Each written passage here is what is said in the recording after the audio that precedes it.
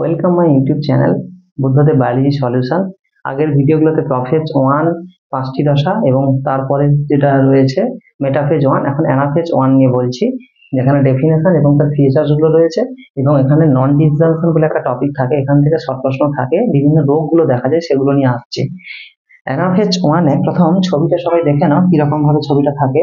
এইভাবে থাকবে, অর্থাৎ দেখো এইভাবে দুই দিকে তো চলে যাবে, একটা এরকম করে, আচ্ছা আর একটু মাঝের দিকে করে দিচ্ছি, এরকম করে একটা পার্ট থাকে, এরকম একটা অংশ থাকে, এদিকেও একইভাবে থাকে, এরকম ক্রোমাটিড গুলো এইভাবে থাকবে আর এরকম এইভাবে থাকবে। হ্যাঁ, এটা থাকে।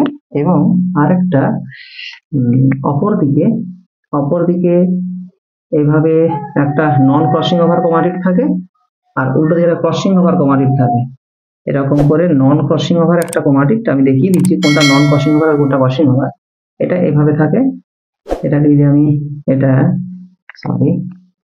একটু এইদিকে নিজের দিকে করি তাহলে সুবিধা হবে। এটা এইভাবে থাকে, হ্যাঁ, আর এটা এরকম থাকে আর এখানে এইভাবে থাকে। ভালো করে দেখো ছবিটা, একটু ভালো করে দেখো, ছবি দেখলেই তোমাদের পড়া হয়ে যাবে। অর্থাৎ এখানে যে আমি ক্রোমোজোমটা এঁকেছি এটাকে বলি নন ক্রসিং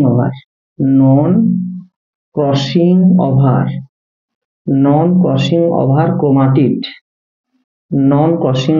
ক্রোমাটিড। হ্যাঁ, আর এইটাকে বলছে ক্রসিং ওভার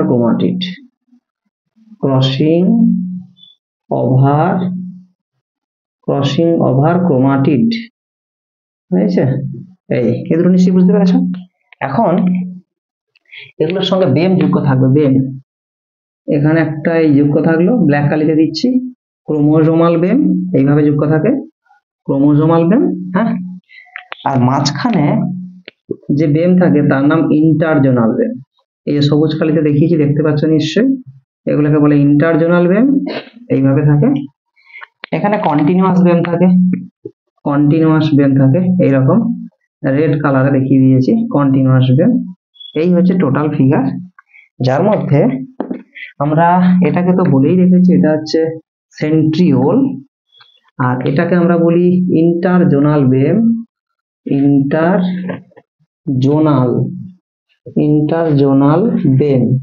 এটাকে ইন্টারজোনাল বেম বলবো। এটাকে আমরা বলবো, এইটাকে ক্রোমোজোমাল বেম বলবো, ক্রোমোজোমাল বেম।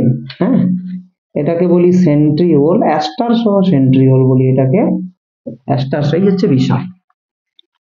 এখানে তো অবশ্যই কাইনেটোকোরের সঙ্গে যুক্ত থাকবে। এটা কাইনেটোকোর, এর উপরে কাইনেটোকোর থাকে, প্রতিটাতেই কাইনেটোকোর থাকবে।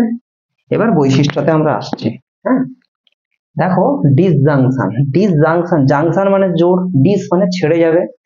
কায়াজমাগুলো এরকম ভাবে এক্স আকৃতির গঠনের কায়াজমাগুলো সাইন্যাপটোনিমাল কমপ্লেক্স দুর্বল হতে থাকে। দুর্বল হতে গেলে ফলে দুটো সমসংস্থ ক্রোমোজোম, পিতৃমাতৃ ক্রোমোজোম একে অপরের থেকে দূরে সরে যায়। এরকম দুজন বন্ডিং ছিল, মেটাফেজ দশায় এরকম বন্ড ছিল, এটা আস্তে আস্তে দূরে সরে যাচ্ছে। অর্থাৎ দূরে সরে যেতে একটি সেন্ট্রোমিয়ার দুটি ক্রোমাটিড, ভালো করে দেখো, একটা সেন্ট্রোমিয়ার দুই ক্রোমাটিড তারা নিয়ে দুই বিপরীত দিকে গমন করবে। এটা একটা সিস্টেম, ডিসজাংশন, দুটি ক্রোমোজোম একে অপর থেকে ছেড়ে যাওয়া। এটা নেক্সট মানে অ্যানাফেজিক চলন। ভালো করে দেখো, এই ব্ল্যাক কালিটার নাম দিয়েছি আমি ক্রোমোজোমাল বেম, আর সবুজ কালিটার নাম দিয়েছি ইন্টারজোনাল বেম। এই ক্রোমোজোমাল বেমের আকর্ষণ, ওরা ওদিকে টানছে, এরা এদিকে টানছে, আকর্ষণ এইভাবে হচ্ছে। আর ইন্টারজোনাল তন্তুর বিকর্ষণ, ক্রোমোজোমাল তন্তুর আকর্ষণ, ইন্টারজোনাল তন্তুর বিকর্ষণের ফলে ক্রোমোজোম গুলো দুই প্রান্তের দিকে কি করছে, গমন করছে। এরা এদিকে আসছে, ওরা ওদিকে চলে যাচ্ছে, গমন করছে।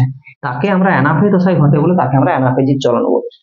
ক্রোমোজোমের প্রকৃতি, কি রকম ক্রোমোজোম এখানে রয়েছে ভালো করে দেখো। এইভাবে যে ক্রোমোজোমটাকে ফলো করো, একটা ক্রোমোজোম, একটা সেন্ট্রোমিয়ার দুটি ক্রোমাটিড রয়েছে, কিন্তু এই দুটি ক্রোমাটিডের মধ্যে একটি বলা হচ্ছে নন ক্রসিং ওভার ক্রোমাটিড। নন ক্রসিং ওভার ক্রোমাটিড বলতে আমি এখানে দেখাচ্ছি, দেখো এরকম করে এরকম আঁকলাম একটা ক্রোমাটিড, আর একটা ক্রোমাটিড এইভাবে আঁকলাম। হ্যাঁ, দেখো এই ক্রোমাটিডের মধ্যে অন্য একটা, এখানে দুটি ক্রোমাটিড, তাহলে এটাকে বলা হচ্ছে নন ক্রসিং ওভার ক্রোমাটিড, এটাকে বলে ক্রসিং ওভার। অর্থাৎ ক্রসিং ওভারের ফলে গঠিত হয়েছে বলে এখানটা বৈশিষ্ট্য পরিবর্তন হয়েছে, জিন চেঞ্জ হয়েছে। ব্যাস, তাহলে ক্রোমোজোমাল প্রকৃতি। এই হচ্ছে অ্যানাফেজের গঠন, অ্যানাফেজ 1 এর প্রসেস। অর্থাৎ এখন নন ডিসজাংশন বাকি আছে। যে পদ্ধতিতে আমরা কি বলবো, যে পদ্ধতিতে ক্রোমোজোমগুলো সমসংস্থ ক্রোমোজোমগুলো বিপরীত মেরুতে পৌঁছায় তখন তাকে আমরা বলি অ্যানাফেজ 1। খুব ইম্পর্টেন্ট একটা জায়গা আমি লিখে রেখেছি, ডিসজাংশন। এটা বিভিন্ন প্রবলেম হলে এটা হয়ে থাকে। অর্থাৎ ডিসজাংশন বলতে ক্রোমোজোমগুলো সমসংস্থ ক্রোমোজোমগুলো একে অপরের মধ্যে ছাড়বে না, না ছাড়ার ফলে কি হবে, ক্রোমোজোমগুলো সংযুক্ত থাকবে। অর্থাৎ যে গ্যামেটগুলো তৈরি হবে এইভাবে তৈরি হবে। এটা আমি সাপোজ ধরছি 44A প্লাস XX, এটা কি একটা স্ত্রীর ক্রোমোজোম সংখ্যা। সেখানে ভাগ হবে না, আমরা কি জানি 22A প্লাস X হওয়ার কথা ছিল, কিংবা 22A প্লাস 22X এটা ডিম্বাণু তৈরি হওয়ার কথা ছিল। কিন্তু নন ডিসজাংশন যদি ঘটে দেখা যাবে এখানে ক্রোমোজোমের সমস্যা চলে আসবে। অর্থাৎ কিরকম সমস্যা, ডিম্বাণু তৈরি অ্যাবনর্মাল হবে। অর্থাৎ দেখা যাবে 22A প্লাস ডবল এক্স হয়ে গেছে, কিন্তু এখানে 22A প্লাস দেখাচ্ছে 0 দেখাচ্ছে। এটা ফলে কি হচ্ছে, এখানে ক্রোমোজোম সংখ্যা 24 হয়ে দাঁড়াচ্ছে, এখানে ক্রোমোজোম সংখ্যা 22। তাহলে এটা হচ্ছে অ্যাবনর্মাল ডিম্বাণু তৈরি হলো। এখন এই অ্যাবনর্মাল ডিম্বাণু যদি কোনো শুক্রাণুর সঙ্গে, শুক্রাণু এরকম আসবে 44A প্লাস XY, অর্থাৎ এটা একটা পুরুষের ক্রোমোজোম সংখ্যা, এই পুরুষ চিহ্ন, এটা একটা স্ত্রী চিহ্ন। এখানে ডিম্বাণু তৈরি হবে, শুক্রাণু তৈরি হবে, 22A প্লাস X তৈরি হলো, আর একটা 22A প্লাস হচ্ছে Y তৈরি, এটা X এটা হচ্ছে Y তৈরি, মানে শুক্রাণু তৈরি হয়। এখন দেখা যাচ্ছে যদি এই ডিম্বাণুটা 22A প্লাস XX এর সঙ্গে যদি একটা Y এর যদি মিলন ঘটে তখন হবে কি 44A প্লাস XXY, অর্থাৎ এটাকে আমরা ক্লাইনফেল্টার সিনড্রোম বলবো। এইটাকে আমরা বলবো ক্লাইনফেল্টার সিনড্রোম, অর্থাৎ এটা একটা রোগ, ক্লাইনফেল্টার রোগ। আবার কখনো যদি এই ডিম্বাণুর সঙ্গে 22A0 এই ডিম্বাণুর সঙ্গে 22A X শুক্রাণুর মিলন হয়, তাহলে অ্যান্সার কত আসবে 44A প্লাস X0 এরকম আসবে। এইরকম ক্রোমোজোম বিশিষ্ট অর্থাৎ 45X0 ক্রোমোজোম বিশিষ্ট যদি কোনো সন্তান তৈরি হয়, সেই রোগটার নাম হবে টার্নার সিনড্রোম বা টার্নার সন্তান হয়েছে। অর্থাৎ নন অ্যানাফেজ দশায় সমস্যাটা ঘটে। তাহলে অ্যানাফেজ দশার যে সমস্যাটা সেটা হচ্ছে কি, অ্যানাফেজ দশার সমস্যাটা হচ্ছে এইটা।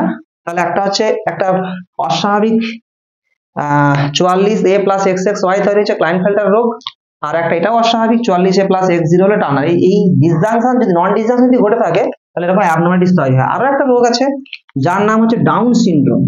তিনটা একটা রোগের নাম বলছি ডাউন সিনড্রোম। অর্থাৎ ডাউন সিনড্রোমের ক্রোমোজোম সংখ্যা কিরকম হবে, এখানে একটা সমস্যা দেখা যাবে, 21 নম্বর ক্রোমোজোমের ট্রাইজমি, মানে 21 নম্বর ক্রোমোজোম দুটো থাকার কথা ছিল, সেখানে 3টে থাকবে। অর্থাৎ তার ক্রোমোজোম হবে 44 না হয়ে 45টা অটোজোম হয়ে যাবে, প্লাস XX মানে স্ত্রী, এটা স্ত্রী আর এটা পুরুষ, 45A প্লাস XY এটা পুরুষ। এই রোগটার নাম ডাউন সিনড্রোম। এটা নিশ্চয়ই বুঝতে পারছো, এই 3টে রোগ প্রচুর কম্পিটিটিভ এক্সাম গুলোতে আসে। তোমরা ভালো করে ফলো করবে, এবং ভিডিওটা ভালো লাগলে তোমরা অবশ্যই লাইক শেয়ার কমেন্ট করবে, সেই সঙ্গে চ্যানেলটিকে সাবস্ক্রাইব করবে পরবর্তীকালে আরো ভিডিও পেতে। Thank you.